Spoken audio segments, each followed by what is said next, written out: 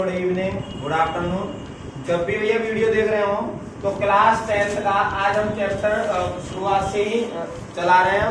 हम कंटिन्यूअस चलती रहेंगी, पहले चैप्टर फिर दूसरा, ऐसे चलते रहेंगे क्योंकि अब ज्यादातर स्कूलों में क्या चल रहे हैं, हाफ ईयरली एग्जाम आ रहे हैं, तो हाफ ईयरली एग्जाम में पहला चैप्टर आना ही आना है, तो धीरे धीरे चैप्टर करते चलेंगे। तो चैप्टर फर्स्ट है केमिस्ट्री का, केमिस्ट्री क्लास 10th का है, क्लास 10th का जो केमिस्ट्री का है। तो पहले चैप्टर का जो नाम है वो है केमिकल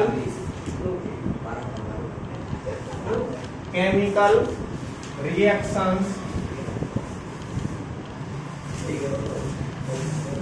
एंड इक्वेशंस।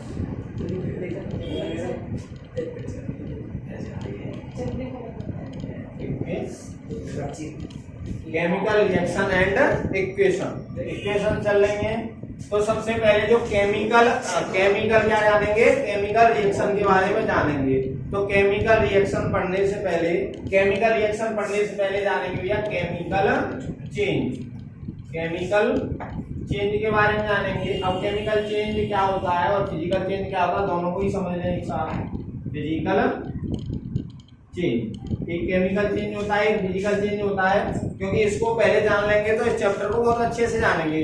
क्योंकि केमिकल रिएक्शन जो भी होती हैं, इन्वॉल्व होती हैं, वो केमिकल चेंज के द्वारा होती हैं। जब केमिकल चेंज होगा तभी केमिकल रिएक्शंस होंगी। तो इसमें फिजिकल चेंज क्या होते हैं, जिसमें न्यू सबस्टेंस फॉर्म, जिनमें भैया कोई भी नया पदार्थ, कोई भी सबस्टेंस फॉर्म नहीं होगा, जैसा है वैसा ही रहेगा। जैसे मैं बोलूं ये मार्कर है, हमारे पास ये मार्कर है, अब मैंने मार्कर ये खोल लिया, तो ये क्या है, फिजिकल चेंज, क्योंकि इसको मैं रिवर्स कर सकता हूं। तो ये कह सकते हैं जो फिजिकल चेंज होते हैं वो रिवर्सिबल चेंज होते हैं, अब केमिकल चेंज में क्या होता है, न्यू सबस्टेंसेस आर फॉर्म। इसमें क्या होंगे, नए सबस्टेंस फॉर्म होंगे, और फॉर्म होंगे ज्यादातर ऑलमोस्ट कैसी होंगी ये रिएक्शन, इर्रिवर्सिबल यानी उन्हें वापस नहीं ला सकते। अब समझे केमिकल चेंज कैसे, जैसे एक बोर्ड है, बोर्ड की यानी लकड़ी है, एक लकड़ी है, उसमें आग लगा दे, या फिर पेपर है, पेपर में आग लगा दे, तो किसमें, राख में कन्वर्ट हो जाएगा, कुछ धुआं निकलेगा, तो उसको वापस से हम तेज नहीं बना सकते। तो ऐसे चेंज कैसे होते हैं, केमिकल चेंज होते हैं। Chemical change are those change in which new substance are form. तो अब इतनी सी ज्यादा डिटेल में जाएंगे नहीं, क्योंकि हमें चैप्टर करना है केमिकल रिएक्शन एंड इक्वेशन। तो केमिकल चेंज और फिजिकल चेंज बताना था थोड़ा सा, तो आगे चलते हैं इसमें। तो केमिकल रिएक्शन सबसे पहले डालेंगे,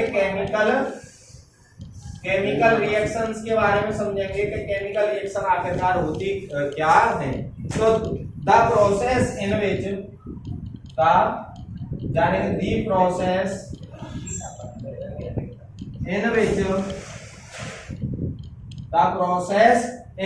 new substance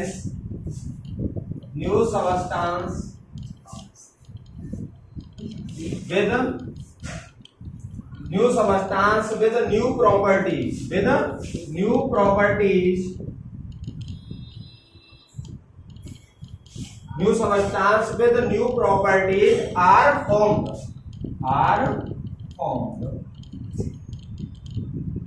is known as chemical reaction। यानी chemical reaction are those reaction in विच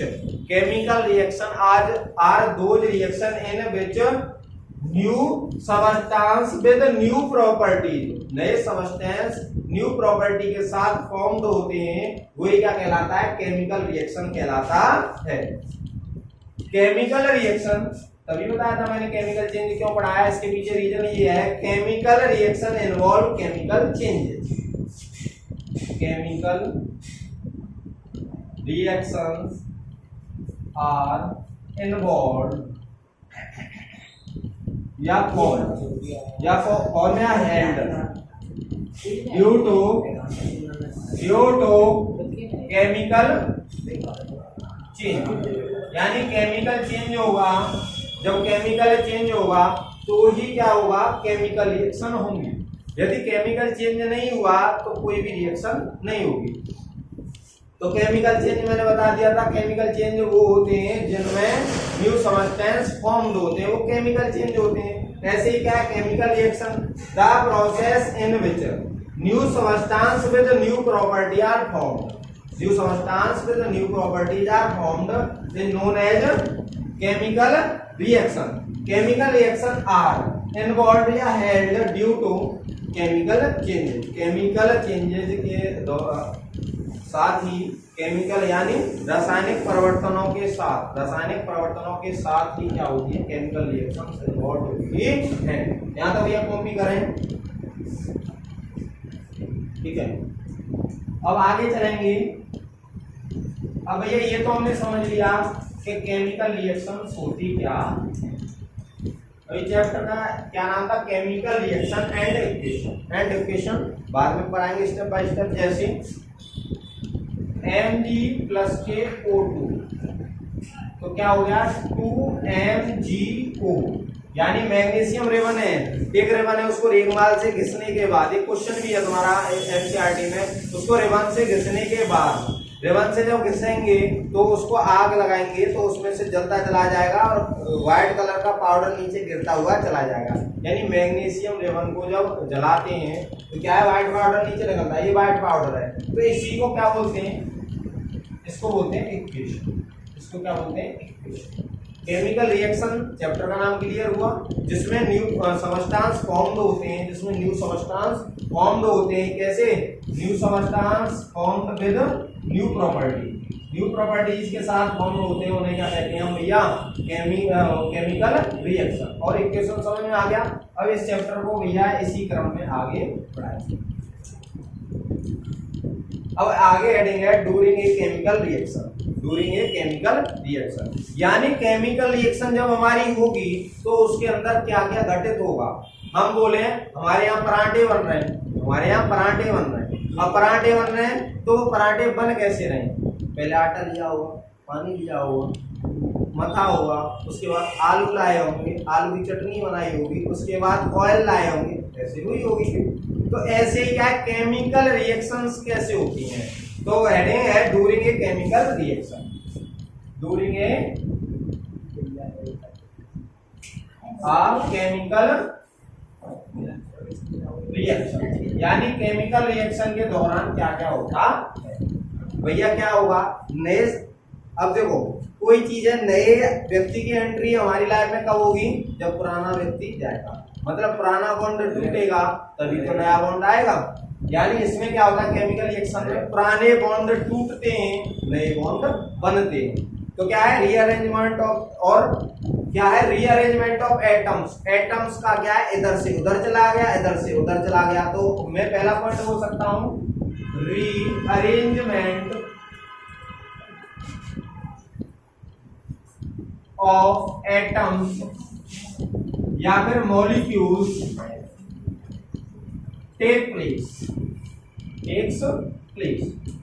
यानी एटम्स का क्या होता है, अरेंजमेंट टेक प्लेस होता है। जैसे अभी बताया था 2Mg+K O2 तो क्या बनाता है 2MgO। अभी ज्यादा बेटर समझाने के लिए मैं लिख रहा हूं, बट ये कैसे लिखते हैं वो आगे समझाऊंगा। बट मैं समझाने के, जैसे रीअरेंजमेंट हुआ Mg के साथ O मिल गया, तो रीअरेंजमेंट ऑफ एटम्स, एटम्स वही एटम्स या फिर मॉलिक्यूल्स का क्या होता है, टेक प्लेस होता है। रीअरेंजमेंट में यानी क्या है, अभी हमारे घर में क्या है, बुक फैली हुई रखी है, अभी हमने उठा के कोने में रखी है। अभी हमारे घर में दूसरे व्यक्ति को वो पसंद नहीं आई, किसी को तुम्हारे भैया को पसंद है, भैया मेरी बुक यहाँ नहीं तो यहाँ रख दो, तो वहां से उठा के इधर रख दिए, इधर से उठा के इधर रख दिए। यही क्या कहलाता है, रीअरेंजमेंट। और भैया ये केमिस्ट्री है, केमिस्ट्री है तो भैया एटम्स का रीअरेंजमेंट। और जब इक्वेशन पढ़ा तो एटम्स ही इधर से उधर होंगे, अब बुक तो होनी नहीं है। अगला देखो, ओल्ड केमिकल बॉन्ड ब्रेक्स। दूसरा point, old chemical bonds break.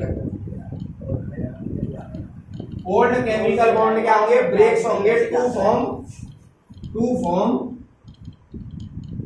New bonds, यानी नए बॉन्ड बनाने के लिए पुराने बॉन्ड टूटेंगे। जैसे CuSO4 प्लस के Fe, तो क्या बनेगा FeSO4 प्लस के Cu, यानी पुराना बॉन्ड टूटा, नया बॉन्ड लग जाएगा। Cu हटा, Fe जुड़ा, पुराना बॉन्ड टूटा, नया जुड़ा। तो ये क्या है, old chemical bonds break to form और न्यू बॉन्ड, जिससे नया बॉन्ड बनता है। एटम्स ऑफ वन एलिमेंट, और ये ध्यान देने वाली बात है, atoms of one element do not intermix. ऐसा नहीं है उसका अस्तित्व खत्म कर दिया हमने, यहाँ Cu लिया था और यहाँ पता चले Cu दिख भी नहीं रहा, C के साथ E लगा दिया और U के साथ F लगा दिया, ऐसा नहीं हो सकता। तो ऐसा क्या है, नहीं करते भैया कि पुराने बॉन्ड तोड़ दिए, नए बना दिए। तो atoms of one element do not intermix with atoms of other element.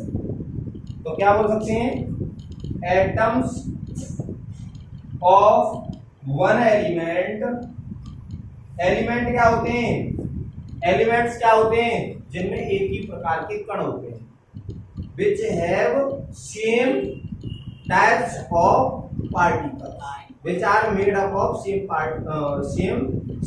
particles से बने होते हैं, वो एलिमेंट्स कहलाते हैं। एटम से, सेम टाइप ऑफ एटम्स से मिलके बने होते हैं, वो एलिमेंट्स कहलाते हैं।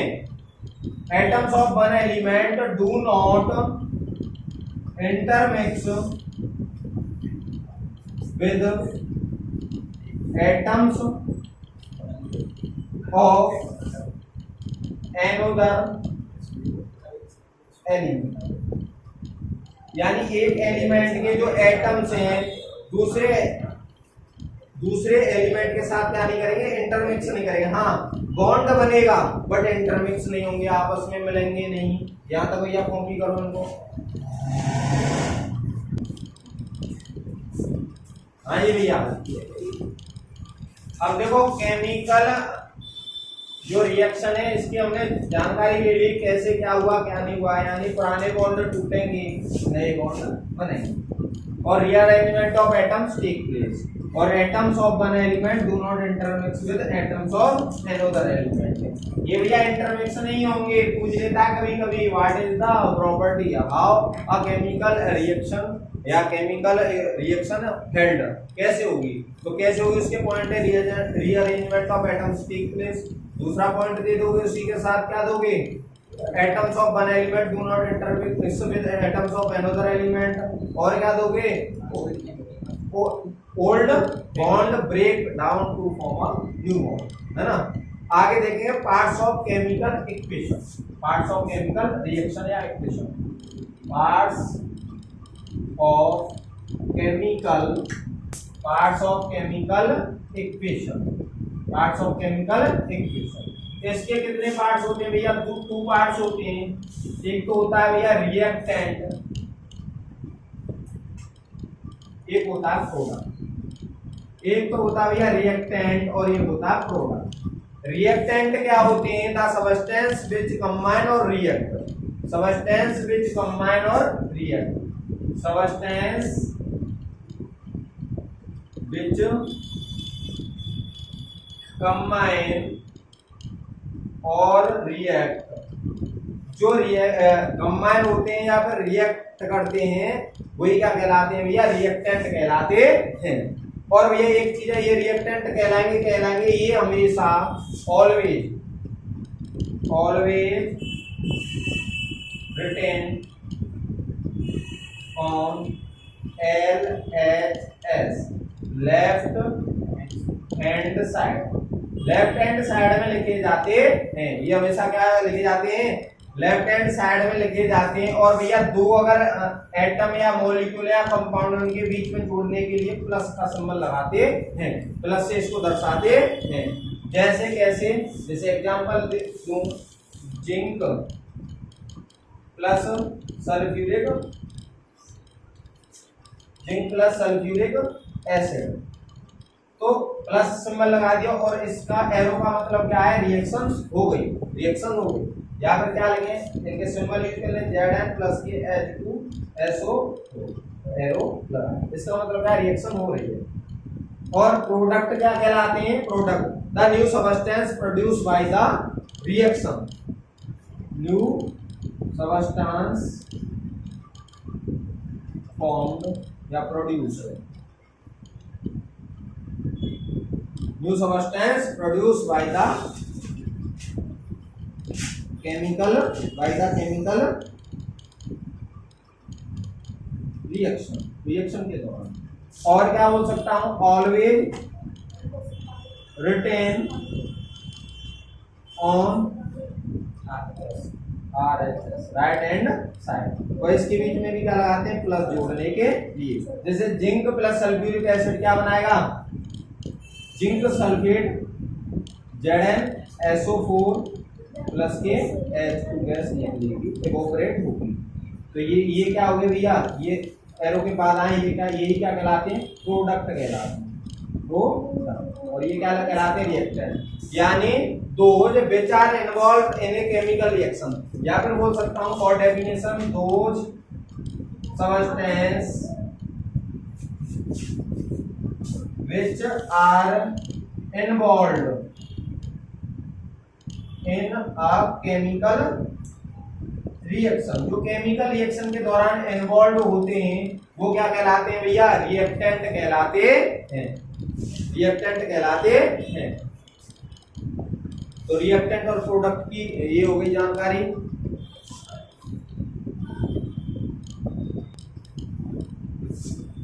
अब देखेंगे भैया कैरेक्टरिस्टिक प्रॉपर्टीज, क्या देखेंगे भैया, characteristic properties of chemical reaction, यानी इनके क्या क्या गुणधर्म होते हैं या क्या क्या कैरेक्टरिस्टिक होते हैं, क्या गुणधर्म निकल के आएंगे भैया।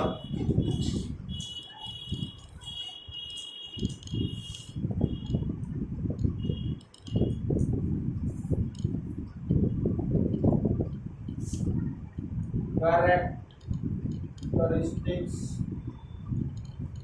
Of chemical characteristic of chemical reaction, या मैं बोलूं एक वर्ड में ऑब्जर्वेशन।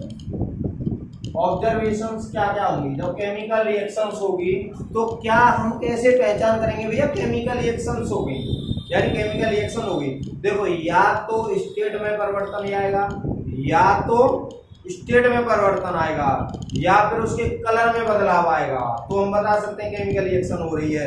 या फिर उसके टेम्परेचर में बदलाव आएगा, या तो फिर गैस निकलेगी, तो ऐसे ही तो बता सकते हैं। यानी बदलाव कैसे बता सकते हैं, how to observe a chemical reaction, या तो उसकी स्टेट में बदलाव आएगा, या तो गैस निकलेगी, या उसके टेम्परेचर में आएगा, या उसका कलर बदलेगा, या फिर पीपीटी का फॉर्मेशन होगा। पीपीटी का मतलब नीचे जम जाता है ना, जैसे बालू मिला दी पानी में तो वो नीचे जो जम जाती है वो पीपीटी, ऐसी पीपीटी रिएक्शंस में जमती है। तो देखेंगे द कन्वर्जन, पहले समझते हैं होता क्या है, the conversion of reactant into product, the conversion of reactants into product, जब प्रोडक्ट में बदलता है, जो कन्वर्जन होता है reactant into product in a chemical reaction, in a chemical reaction. जब केमिकल रिएक्शन में क्या है, रिएक्टेंट किसमें, प्रोडक्ट में बदल रहा है, इज ऑफ्टन यानी घटित होगा, इज ऑफ्टन या accomplished by the, accomplished by the some features.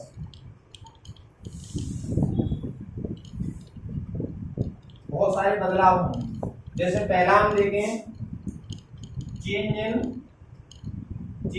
State की बात करें, चेंज इन स्टेट में देखेंगे अवस्था में क्या होगा, परिवर्तन। जैसे H2 ये क्या है, गैस, प्लस के O2 ये भी क्या है, गैस।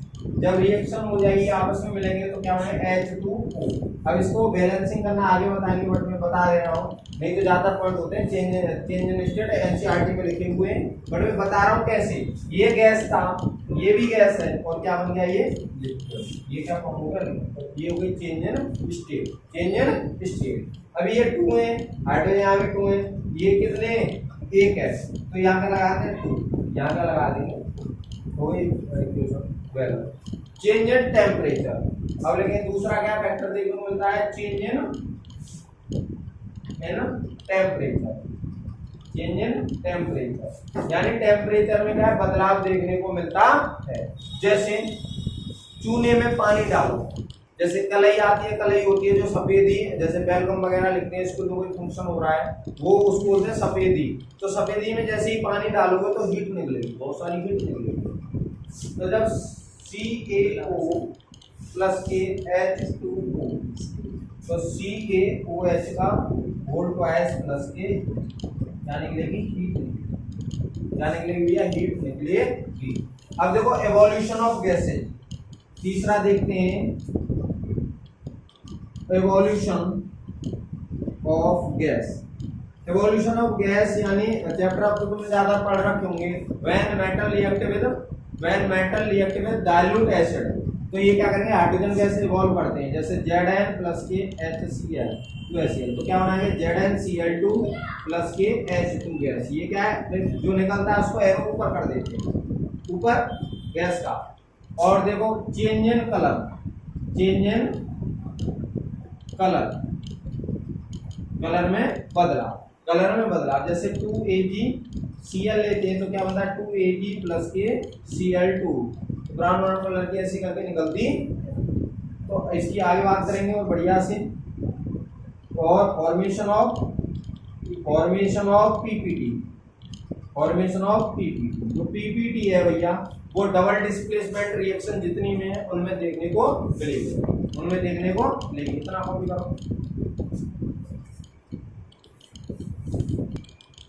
हाँ तो भैया जैसे इसकी क्या देख लें reaction, formation of PPT, PPT की क्या देखें रिएक्शन देख लें। जैसे Na2SO4, जैसे होता है Na2SO4 प्लस के BaCl2, इसकी जब रिएक्शन होगी तो इससे बनेगा भैया, इससे जो प्रोडक्ट बनेगा BaSO4, क्या बनेगा BaSO4 जो कि क्या है pPT, इसका एरो नीचे दिखा देते हैं, प्लस के 2NaCl।